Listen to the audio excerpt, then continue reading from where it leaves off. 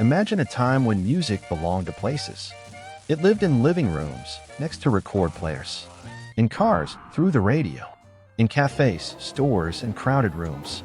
Music was something you went to. You couldn't carry it. Then in 1979, a small device changed that. Just headphones and a cassette. It made music personal and effortlessly mobile. It was called the Sony Walkman.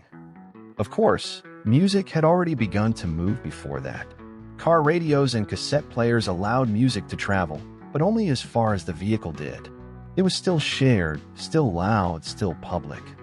Music filled the space, but it didn't belong to the individual. You couldn't step into it alone. You couldn't separate your soundtrack from everyone else's noise. And for humans, that wasn't enough.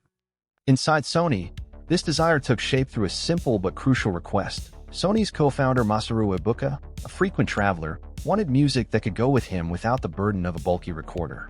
At the time, the idea sounded unusual. Speakers and recording functions were standard. That's how music players had always been made. Sony engineers, led by Kozo Oson and his team, began modifying an existing portable cassette recorder known as the Pressman. They stripped the device down to its essentials. The speaker was removed. The recording function was eliminated. What remained was simple playback through headphones. To many people around them, the idea made no sense. Who would buy a music player that couldn't play music out loud? Sony's executives were skeptical. The device couldn't record. It had no speakers.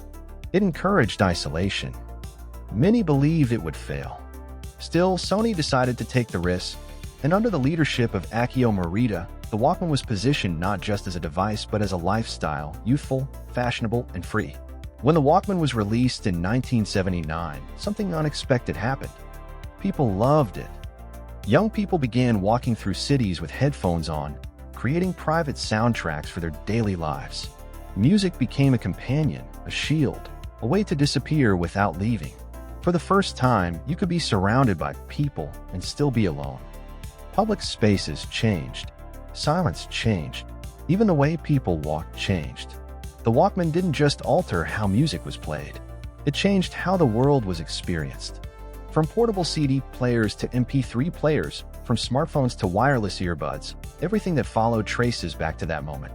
Today, carrying music with us feels normal, almost invisible. But it wasn't always that way.